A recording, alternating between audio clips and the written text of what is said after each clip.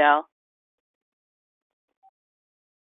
Thank you, Sam, and good afternoon and welcome, everybody. I'm glad you could join us today. This is going to be some basics about MACRA, MIPS, and APMs, but understand that this trend is something that's permeating everywhere. A little bit more about myself. I am the Director of Provider Innovation Strategies at SS&C DST Health Solutions. My company automates payers and payer processes. I have also spent 16 years in the EHR development world, so I've played both on the payer and the provider side. So it's interesting to me how you can get those different perspectives. But I want to encourage you to ask any questions that you have. If I don't have the answer, we will certainly work to get those answers to you. And I also want to give a shout out to my work group, my payment models work group. We have a fantastic group that have incredible brain power, and I would personally like to invite you to join us if payment models and payment innovation is something that you're working on. So with that, I'm going to go ahead and get started. And just so everybody knows, the information that's contained herein is based on policy as of March 5th, which is when I finished putting together the presentation. This is something that, you know, the laws don't change that often, but the policy is in constant motion. And I'm actually going to go a little bit into the interop rules that were just proposed on February 11th by CMS and the ONC, their companion rules. I'm going to just touch on that because it does have ramifications into payment innovation. But with that, specifically what we're going to cover today, I'm going to do a level set for everybody on value-based payment generally and the Medicare Access and CHIP Reauthorization Act, which was signed into law in April of 2015. We're going to talk about the MACRA establishes two types of payment for Parts A and B, primarily Part B. You're either going to be paid differentially under the Merit-Based Incentive Payment System, otherwise known as MIPS, so we're going to dive into that, or you will be paid across the care continuum under an alternative payment model that is bearing risk, which is where the term advanced comes from. So we're going to dive into that.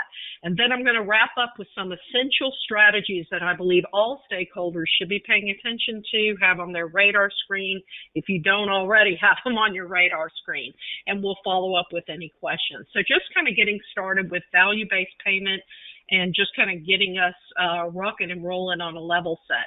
So a lot of times when I talk to people who don't work in the industry, this is the question, okay, I paid my copay, what happens next? Well, my gosh, everything in the world happens from that, right? So when we think about historic economics and what we've dealt with, essentially the patient comes in, they go to their provider, the provider, and I'm way simplifying this, sends a claim to the payer. The payer then looks at a fee schedule if it's a contractual relationship with that provider, and then they price that claim, send it to the claim system, and payment is remitted back. Now, this is a fee-for-service type, transaction-based type of payment.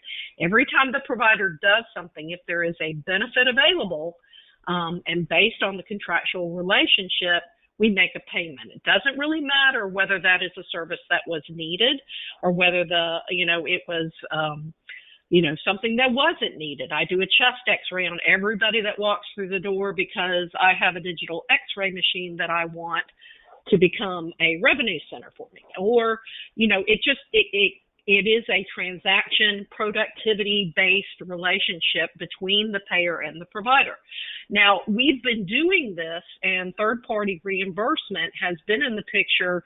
It became officially in the picture for the government, the federal government, in 1965 when we established two socialized programs, Medicare and Medicaid. And so that was in 1965, and when we looked at when these programs were established, Medicare for your elderly, essentially 65 and older, and Medicaid for your low income, and CHIP had not been put into place at that time.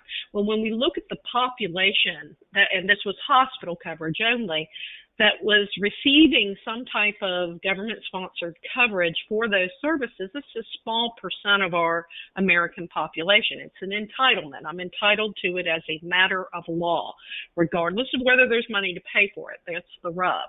And when we look at the economic indicator of the cost of healthcare in our country as a percent of the gross domestic product, so think of it this way. If I spend $1 in the U.S., how much of that dollar goes to education, transportation, housing, healthcare? In 1965, 5.6 cents of every single dollar spent was spent on something healthcare related. Roughly today, this is where we are. We now have an additional government-sponsored program, the Children's Health Insurance Program. And when we look at the percent of population that's on a government-sponsored program, it's grown significantly. But more importantly, healthcare as a percent of our total spend, actually last year it did go over 18.1%. So we're rapidly approaching 20% of the healthcare dollar, or 20% of every dollar spent in our country being spent on something healthcare related.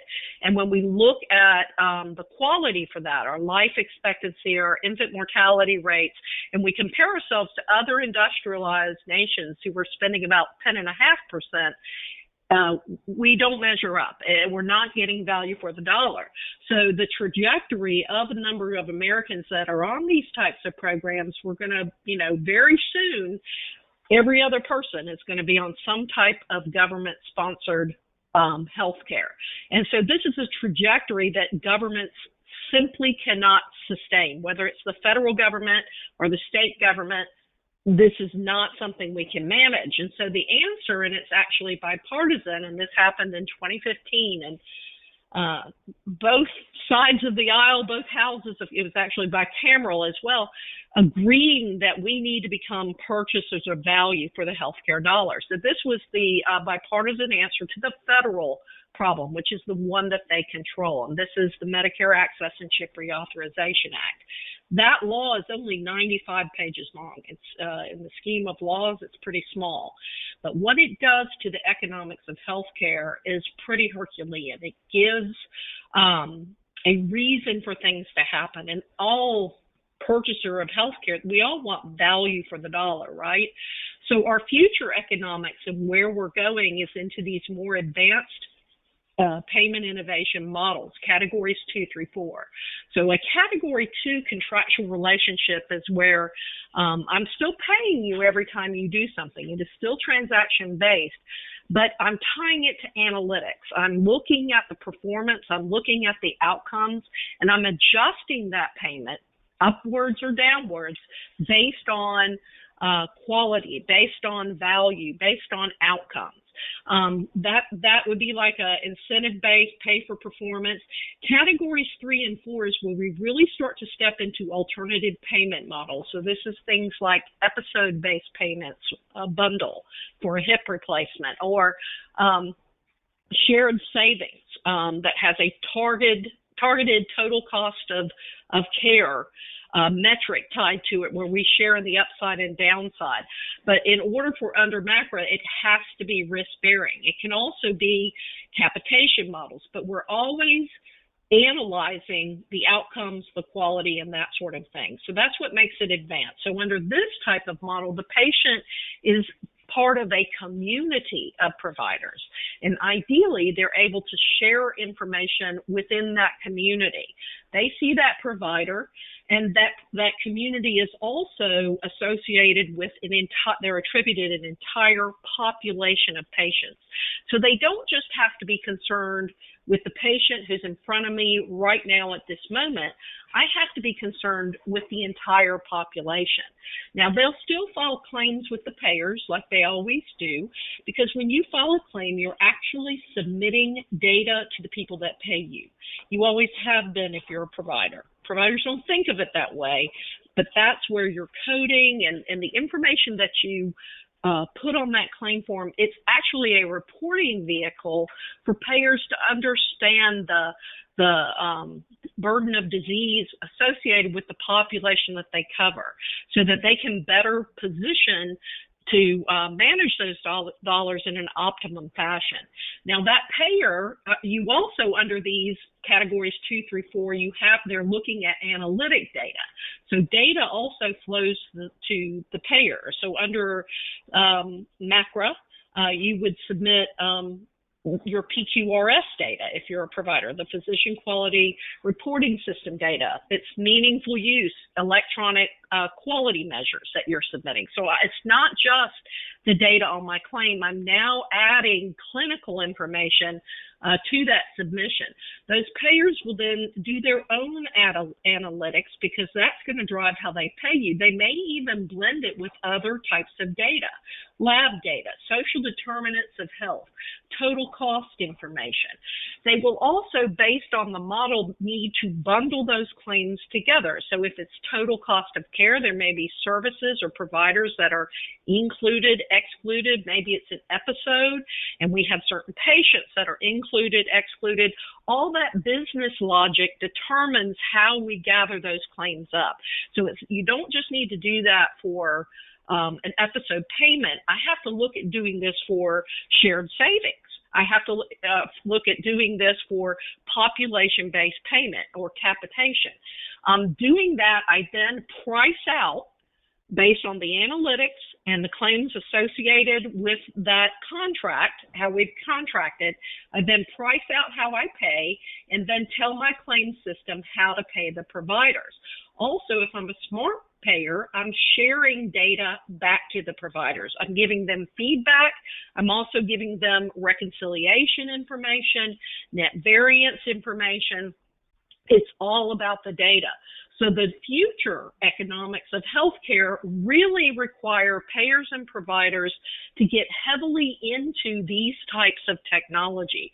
The role of the core claim system, it's still there. I still got to cut a check. I still got to do an EOP. I still got to do the things that we do in claims, but I now have to tell that claim system what to do based on analytics. It's all analytic based.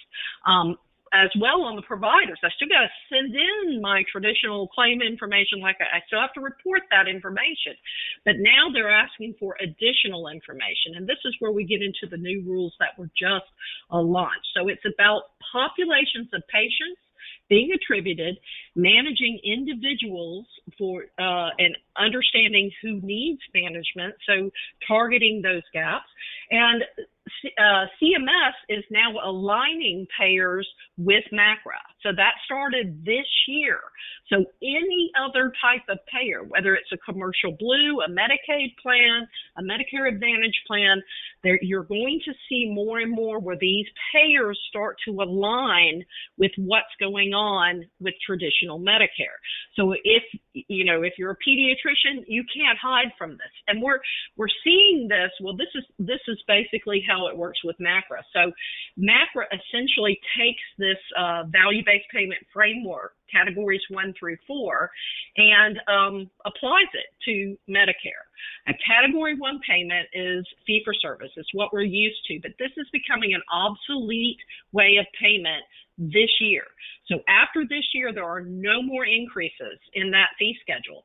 If you want to earn more than fee schedule as a provider under traditional Medicare, you have to measure up either under a category 2, 3, or 4 type of payment model. So this is the line of demarcation that begins this calendar year for payment, and it's based on performance for MIPS 2 years ago. So how you measured up in 2017 drives how you will be paid for Part B Medicare in 2019. And they call that the merit-based incentive payment system. It's budget neutral. I pay $5 to Dr. Jones, $5 to Dr. Smith. I look at how they measure up. If Dr. Jones measures up great and Dr. Smith measures up poorly, I'm going to take $2 back from Dr. Smith and give it to Dr. Jones. So there is a differential type of payment based on measurement. Categories 3 and 4 is where I'm beginning to pay across that ecosystem for that shared patient. So category 3 would be shared savings, procedure-based episodes. The shared savings may initially not have any financial downside, but ultimately that's the goal, is to share in the up and down of the total cost of care. Category 4 is getting more into your capitation type of model, but we're always measuring quality and value in categories 2 through 4. Now, when we look at MACRA specifically, for this performance year, roughly 800,000 clinicians. So it's not just physicians, they've expanded the number of clinicians subject to this to include physical therapists, occupational therapists, psychologists.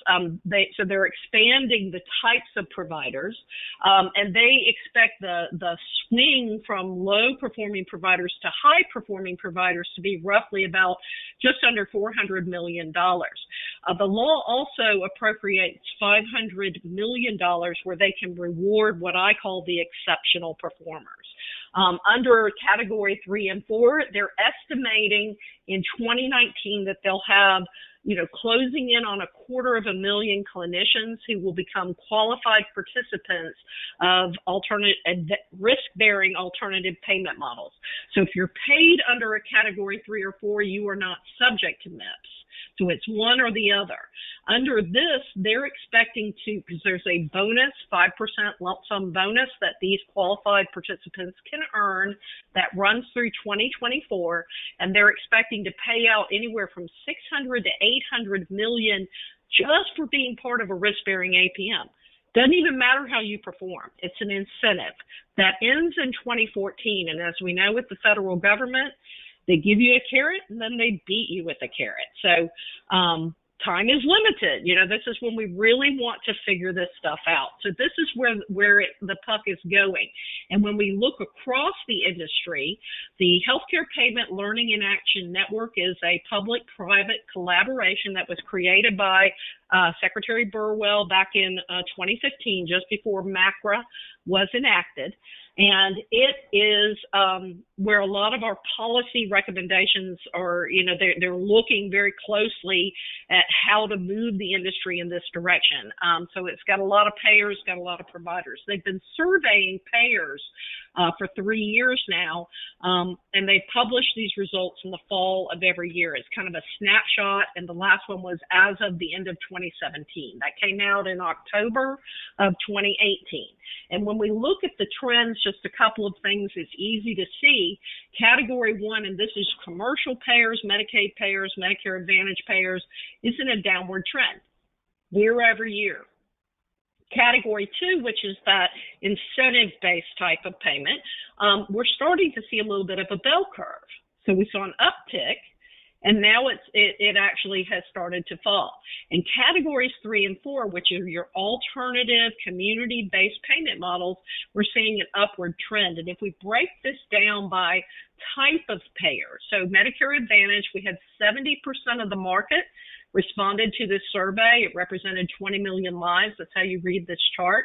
Just in 12 months, look at the uptick towards these alternative payment models. Now, they may not be risk-bearing, but paying as a community is certainly something we're seeing.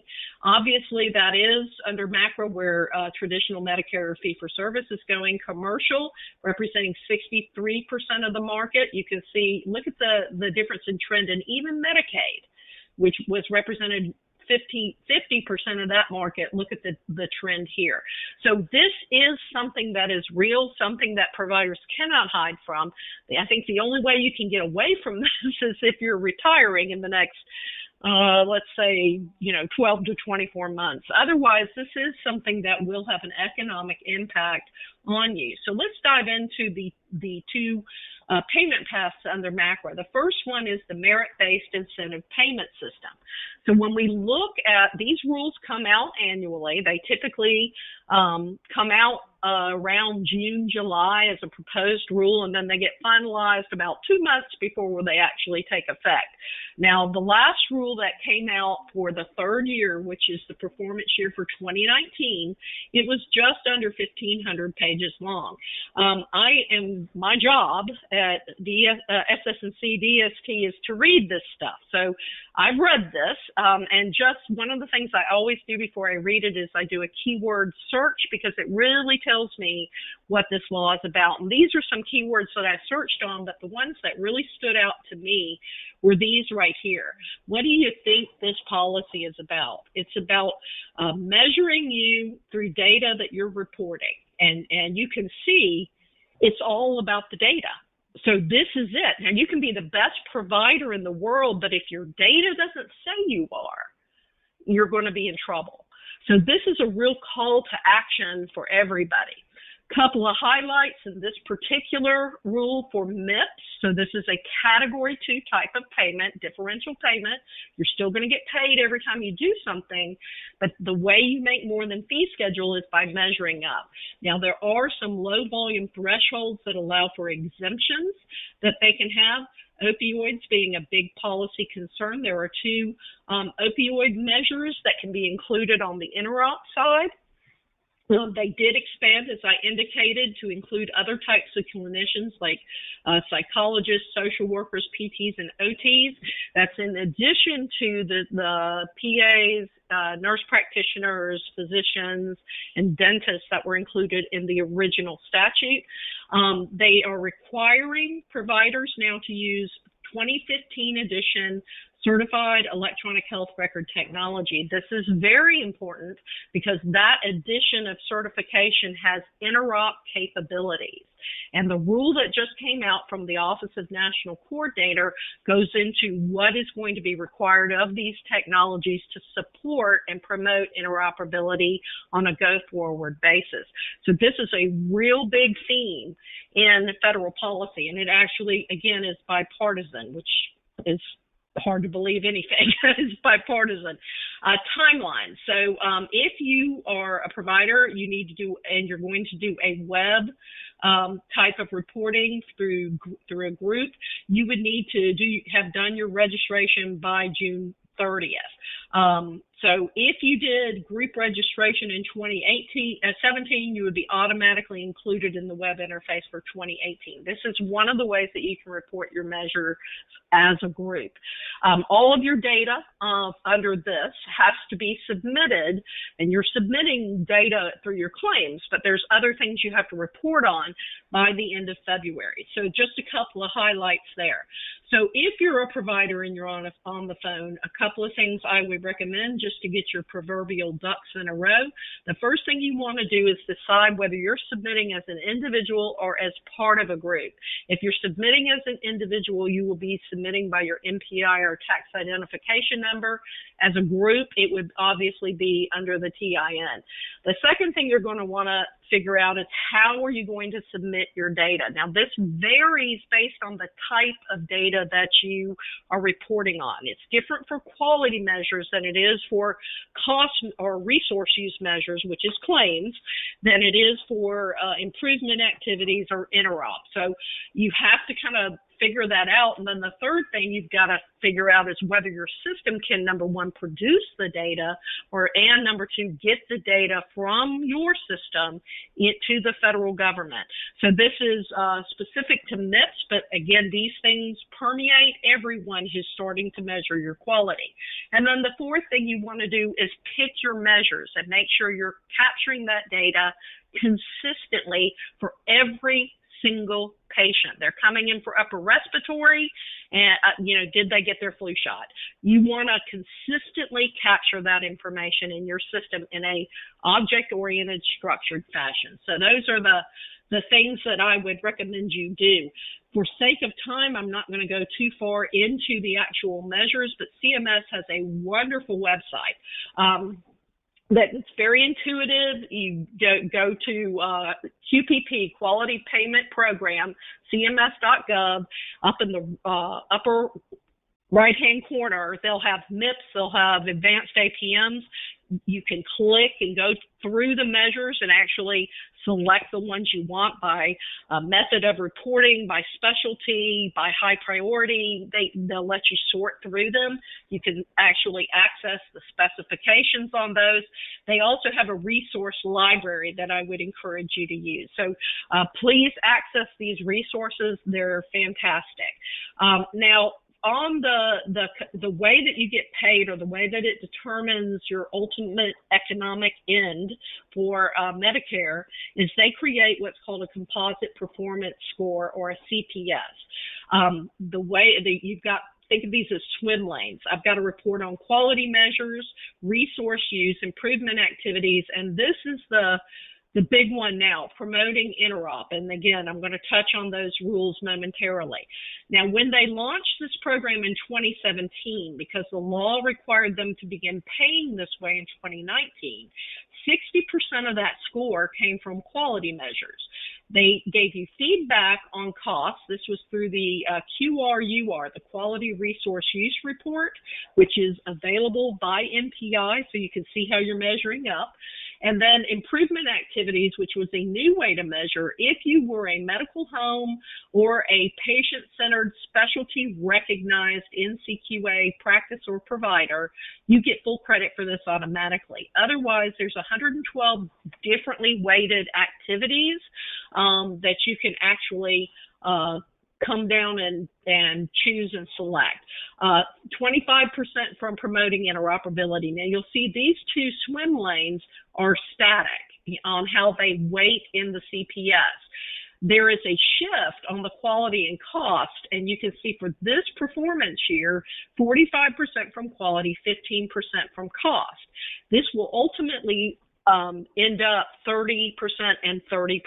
So you'll have 30% for quality, 30% for resource use, 15% for improvement activities, which are patient-centric, things like staying open, extended hours, Saturday clinic, things like that. And then 25% on your adoption and use of health IT with a focus on interoperability. So this is basically how they calculate your score. So I always think of this as going to school, and my son, who is now a 36-year-old man, would probably turn 8 shades of red if he heard me saying this, but he was the type of child who would work as hard as he possibly could work in high school to make a C.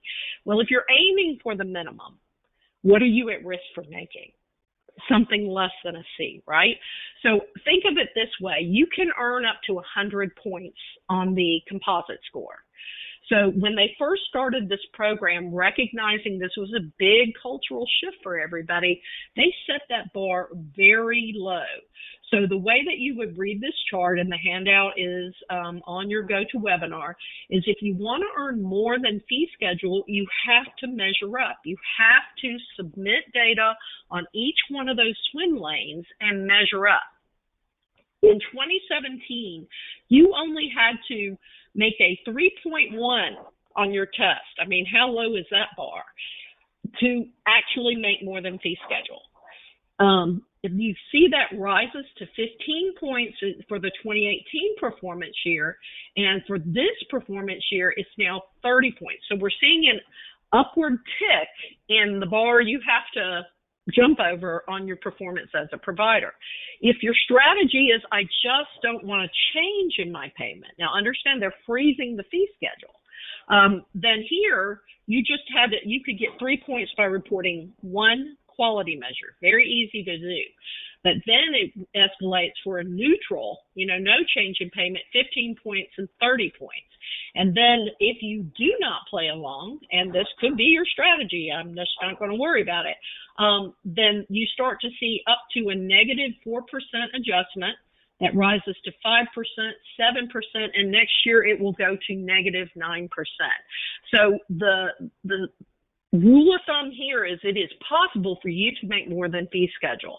But to do that, it is all about your data, and you have to have consistent data capture and data reporting to the people that pay you. Now, that is a truth that is permeating all of the economic models, not just MACRA and Medicare. Doesn't matter who you are. This is the future of payment, even if it's transaction-based. It's about measuring up. Now, looking at this for 2019 performance year, the optimum threshold so that you can maximize your dollars, because there's also incentive-based dollars for, like, remember, the exceptional performers. This is kind of your minimum threshold, which I'm not going to go through for sake of time. You can read that on your own. But what I will point out is that value. We're talking about value-based payment. Value is always going to be a function of measured quality and efficiency.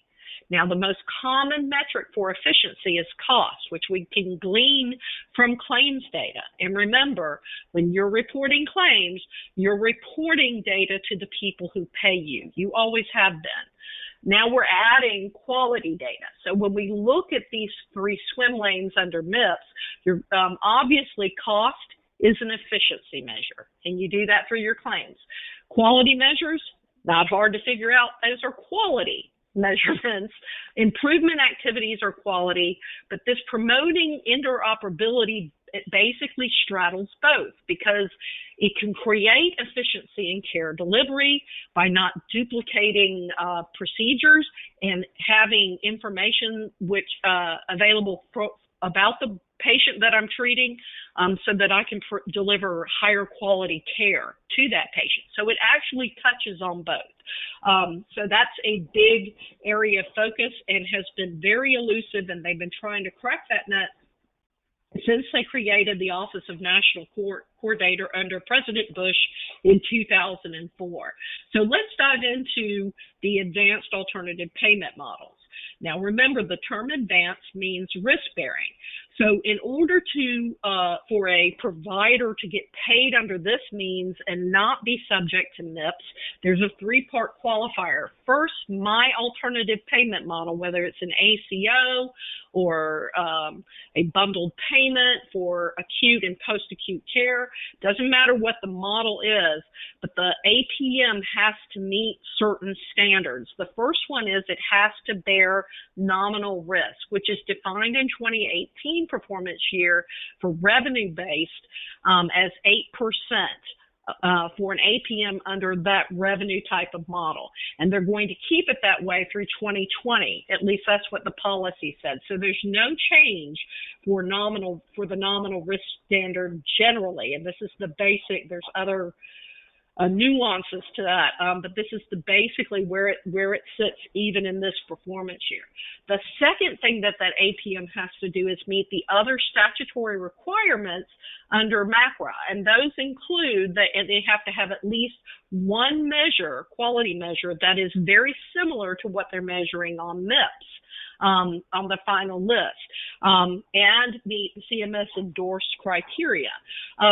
Now they've also got, statutorily, you have to be using certified EHR technology. Well, under the rule, that now has to be 2015 edition, which positions us for interop.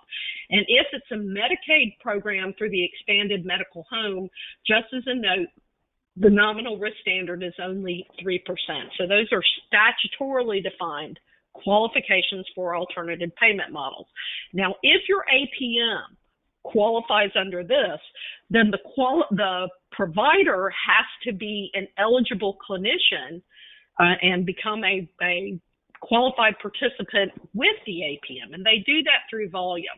So in 2017, the volume threshold was they had to run at least 25% of their Part B payments through that model or 20% of their Medicare patients.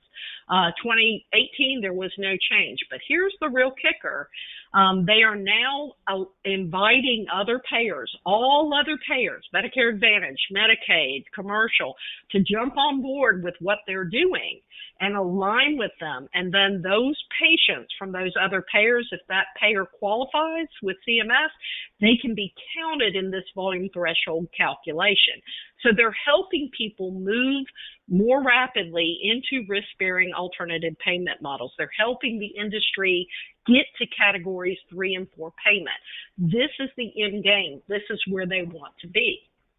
Now, I have a little decision tree here. I'm going to go through it pretty quickly. So if you're currently, the first question I would ask you is you try to think of, because I want to align my payers. It's very hard to have a foot in both camps, both the fee-for-service, transaction-based camp, and the risk-bearing alternative payment camp.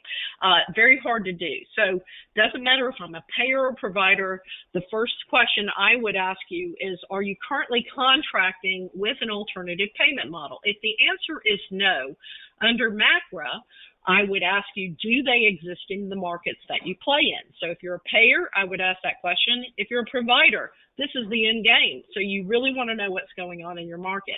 If the answer is no here, then your call to action is to collaborate and plan. And again, I'm not going to read these to you, but I have some suggested actions that I would have you take to begin to have those discussions and create a community of providers that are in sync with one another. If the answer is yes, they exist in my market, then we go over to this side where, yes, I'm contracting with APMs. My next question would be, are they risk-bearing APMs? If the answer is no here, then what we want to do is assess those APMs and begin to modernize them. And again, I have some action items in here that I would suggest you do. If they are risk-bearing APMs, then we're going to come down here because the next thing we want to do is align with MACRA. That's, have all my payers in harmony with one another, kind of get paid under the same economic model so that my administration is not overly complex. And that's really the ultimate gain, even on this other side. So under this, for administration, you really want to look at your contracting as well as as operationalizing alternative payment models. Those are big calls to action because this new way of paying requires new and emerging technologies. I am intimately familiar with that. The other thing is I want to start to harmonize these payment models across all payers. This eases the burden on your providers so you don't have the provider abrasion if you're a payer. For a provider, obviously you want to do this so that it makes it administratively as simple as possible. So you want to look at that APM meeting the eligibility requirements, and then the way that would align specifically to get approval from CMS, that can be initiated by a payer at the first part of the year. And if your payer doesn't do it, and that is the model you're getting paid under, providers can then pursue initiation and qualification of that particular payer. So please use this decision tree to help you plot your roadmap and your future. But this is a new era, and it means emerging technologies, as I said. Now, this is something, I don't know if you're familiar with Gartner Group, but everybody seems to know them. Congress consults to them. They're one of the largest IT consulting firms in the world. And in the mid-90s, they came up with something called the Gartner Hype Cycle, and this is what it looks like. It has 5 points in the Gartner Hype Cycle, but all emerging technology goes through these 5 points. Usually there's a technology trigger. In this case, it's legislation. And then you have this uptick of, oh, the technology is going to be great. It's going to solve everything. Hype. It's going to make my dinner, get my laundry on Thursday. And you'll get to this peak of inflated expectations. And then you install it, implement it, and kaboom. You have what's called the plunge of disillusionment. Now, for the federal government, this is where a lot of businesses can go bankrupt because they've invested millions, and now I got to go back to the well. But assuming that you've planned for this, or your plunge is not too deep, you have what's called the slope of enlightenment, and then you hit the plateau of productivity. So as you look at these technologies that are emerging, you want to be on the leading edge and not the bleeding edge. Now, this is something that I know we follow very closely, and we kind of, compare ourselves and have a heightened awareness of this. But if I'm adopting these new technologies, if you're adopting here, you may be adopting too early. Now, there's always exceptions to the rule, but kind of be aware of what you're adopting, that it is new. You have a lot of design say so, but it's brand new technology. If you're adopting here, you may be quitting too early. If you're adopting and the technology is here, you may be adopting too late. And if you're waiting to the plateau of productivity, you may be hanging on too long because the cycle starts again. The status quo here should be better than the status quo here. But if you've ever been through an implementation, and I don't care who the vendor is, you will go through the plunge. It is just how technology works. But this becomes the new trigger, and it goes from there. So if you're just now adopting here, you are really waiting too long. So it's really striking the right balance, knowing your vendor, having those candid discussions, and working in partnership with your technology vendor. Now, a couple of other essential strategies that I would recommend. There are 4 here that I'm going to talk about today. We've already talked a little bit through the decision tree about harmonizing across payers and providers. Also, the data life cycle is something you want to think about. It's not just that transaction for that patient or that member. It's the life cycle of data that's going to drive the ultimate outcome. Data is more meaningful the more I have, the more variety I have. It's the V's, how quickly I can get it. So the key is making data liquid. So you need to get your interoperability strategy in place. And then the 4th essential strategy is come to WEDI, because this is a place where we can help guide you on these essential strategies. And I'm going to talk about all of these just very briefly. So thinking of payer-provider harmonization, why should I care? Well, if I'm a provider ecosystem here and I'm under a transaction-based or productivity type of payment, I'm worried with claims going out the door, held claims, rejected claims, clean claims. All those metrics matter. And the harder I crank the machine, the more work I do, the more I will get paid. So that's what I put my focus on. As we move into category 2, I'm still worried about my claims going out the door because it's still productivity based, but now I'm being measured on what I do. So I got to be a little more conscientious of the types of data and consistency where I'm capturing that data. Now, but this is all productivity-based payment, so it still matters getting the claims out the door. As I then evolve into categories 3 and 4, I'm now part of a community, an ecosystem, and I not only have to worry with my own performance and processes, I have to worry about how my community is measuring up and performing, because now I've hitched my wagon to the performance of the hospital, or the hospital has hitched their wagon to the performance of the cardiologist. I mean, you're all in this together, so to speak. And this is population-based payment. They hand you a population, whether it's for total cost of care under a shared savings or global population-based payment or a bundle. They're handing you a population and they're saying, you share this together as a community. Now, what happens, though, if my hospital is getting paid, let's say, I'm getting paid under a Category 4 oncology care model. So I'm getting a PM payment from my payer, and the ultimate goal, I'm getting $160 per member per month. And the goal here is to really stay in touch and on top of that particular patient during their 6 months of chemo to make sure that they don't inappropriately use the emergency room for pain control or end up back in the hospital. Those are big cost dollars. So I want to reduce ER. I want to reduce hospital admissions. Now, my hospital is still getting paid over here. They're on a value-based payment. It is analytic-based. It is being adjusted under the VBP program. But they are now, paid every time that patient comes into the ER or gets admission. So if they have an empty bed, they're not getting paid. So we've got malaligned goals here. So as utilization goes up, the hospital makes more here, but as utilization goes down, your HEMONC doctor makes more. Now, on average, an emergency room visit is going to run you around $1,200, and an urgent care visit is going to run you about $150. So we can see the difference in resource use in using a hospital inappropriately or using it like a clinic.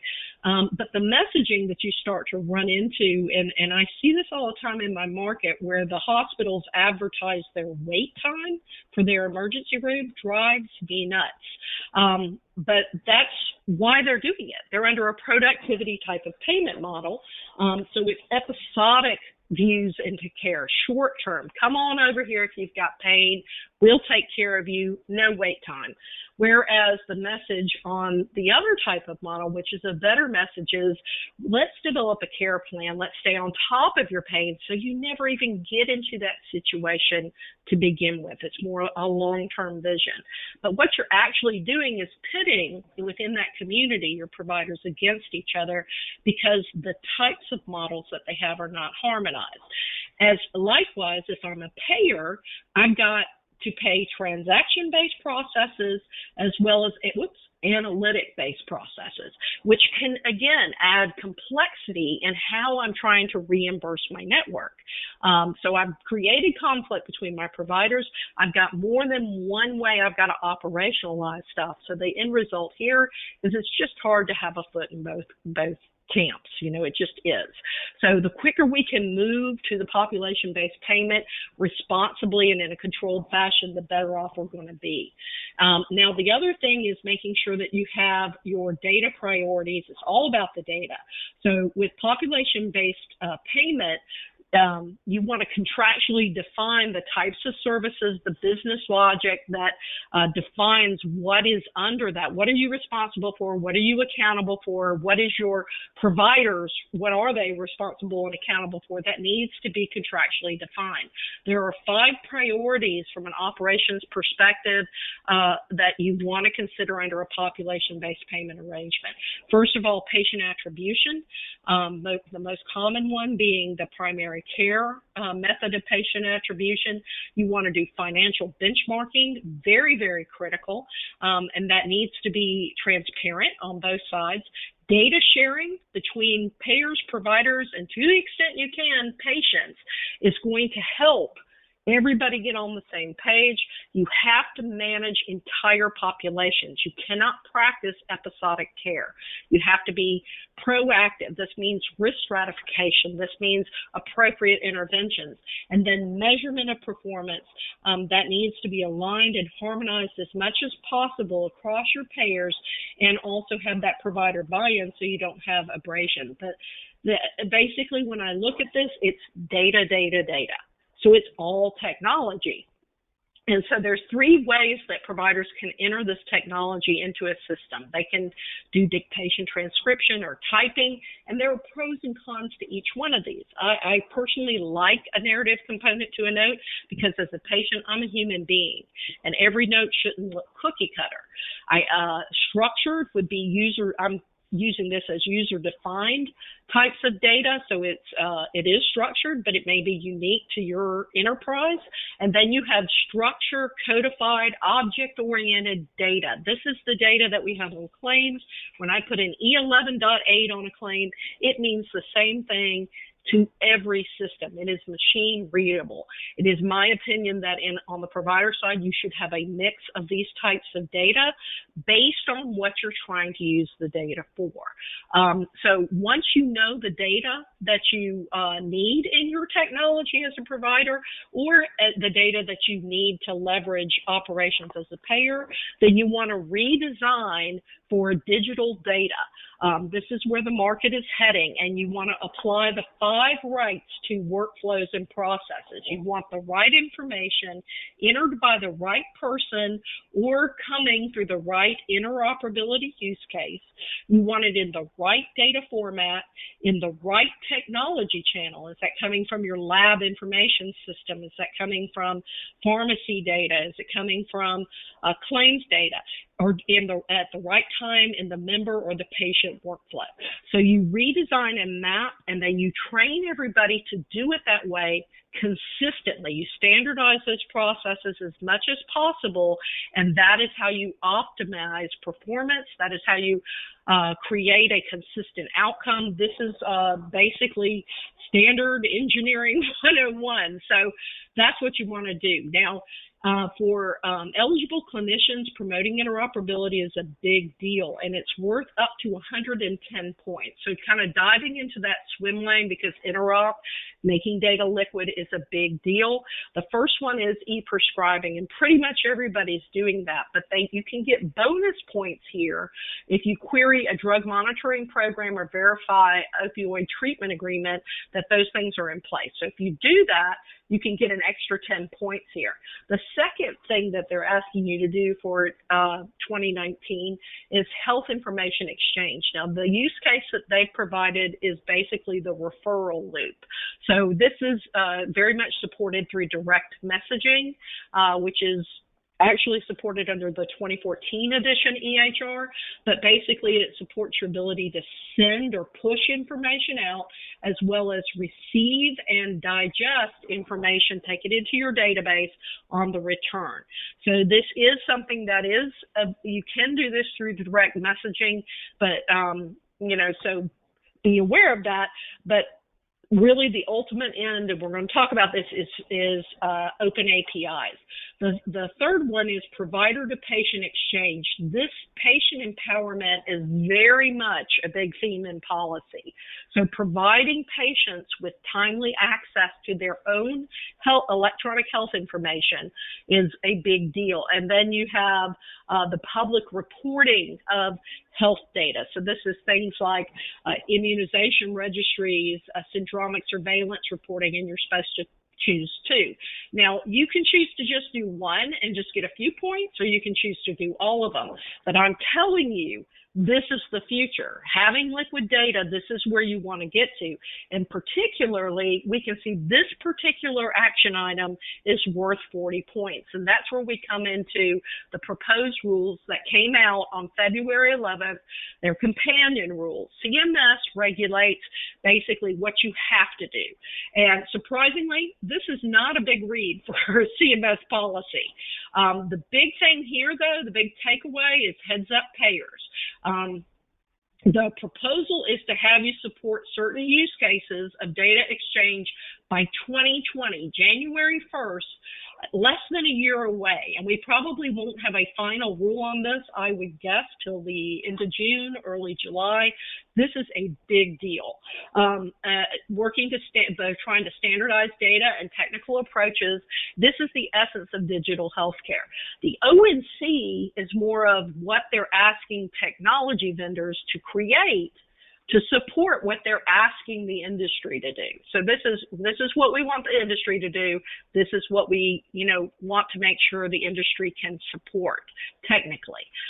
So this gets into EHR certification. So right now it's 2015 edition. Well, 2015, we're in 2019. That was 4 years ago. So heads up, they're going to re-up on what they have to do for interop. And this is getting into this. When I first saw this, this stands for Fast Healthcare Interoperability Resources. It's an HL7 API, Application Programming Interface, which the optimum word here is fast. First time I saw this acronym, I thought it was for fear, but it's actually FIRE is what that stands for.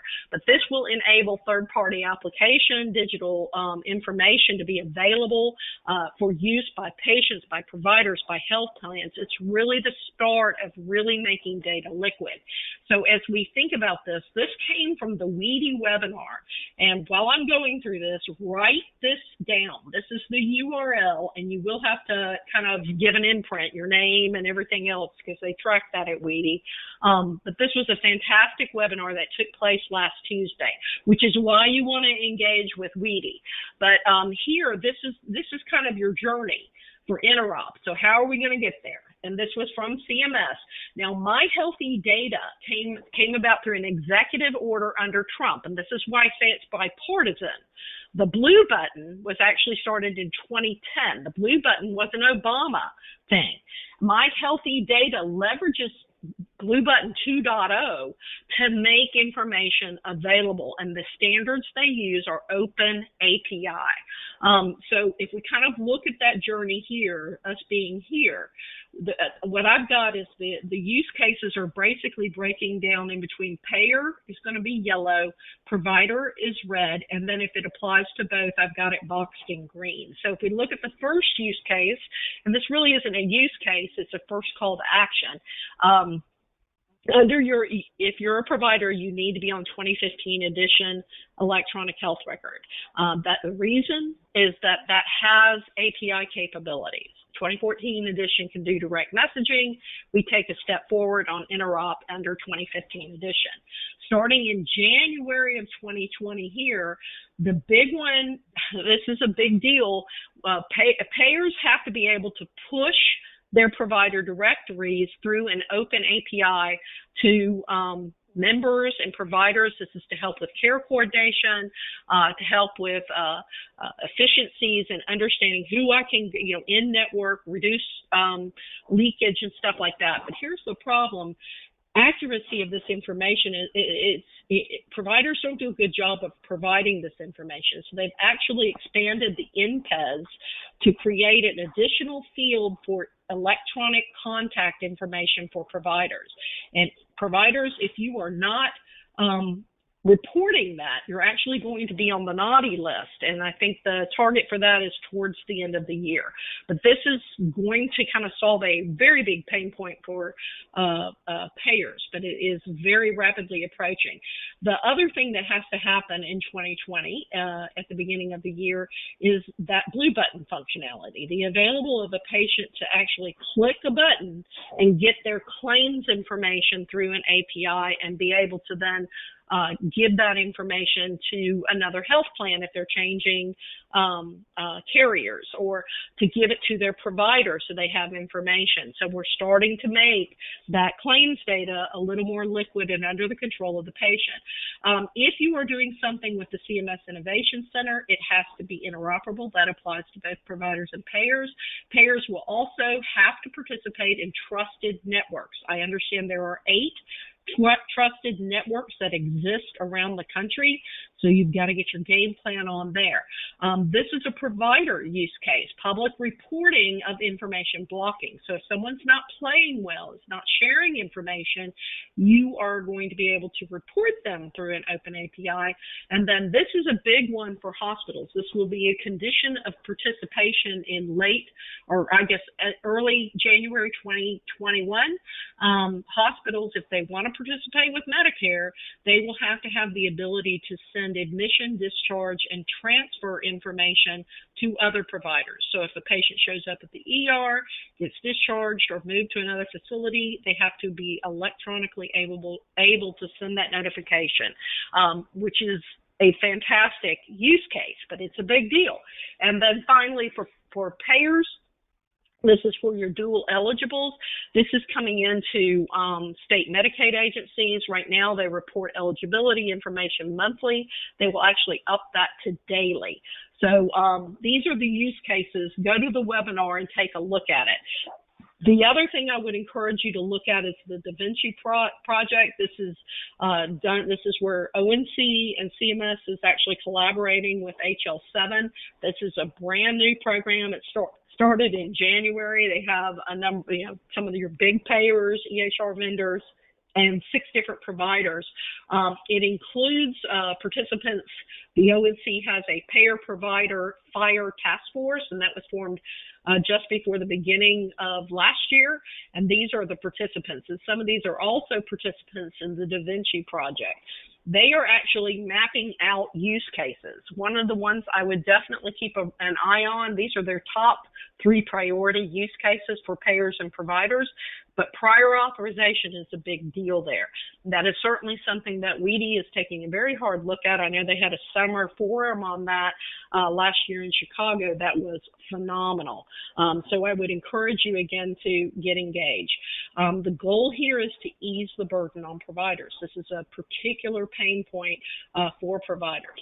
The last thing that I would ask you to do is, again, engage with WEDI. This stuff is so relevant to the exchange of data. And we have work groups, so if you've got some expertise, we need your brain power. Come on, the ICD-10 is actually, they're looking at ICD-11, but get engaged. You can go out to their website and look at their work groups. You can be a lurker, you can just join and listen and learn, or you can actually become somebody who makes an impact. It's really good what these folks are doing. They do have 8 webinars. I know I'm one of them. They had one last week. I don't know if that was in the 8, but again, this one that they did last week on these interop rules, make sure you go and download that. Or listen to it. It was a very good webinar, very helpful. We do have a spring conference that's coming up in May. Please take a look at this. There's a lot they're actually going to be spotlighting. They've got a pre-conference with the DaVinci Project.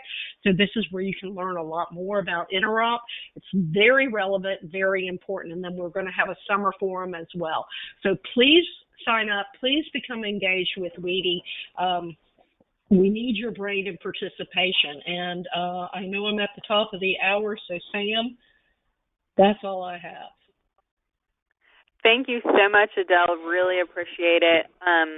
Please go ahead and type your questions in. We don't have any that have come through. And also, I know everybody has a tight schedule, so if you think of any questions after the webinar or have anything that you'd like to ask, feel free to email me, reply back to one of the emails you'll be getting from me, and I'm happy to pass along any questions to Adele. So thank you, everybody, for joining the webinar today. Thank you, Adele, for sharing all this amazing information. We really appreciate it. And stay tuned. We have a lot of webinars planned for 2019, so make sure you register, and I hope everybody has a great week. Thank you, everyone.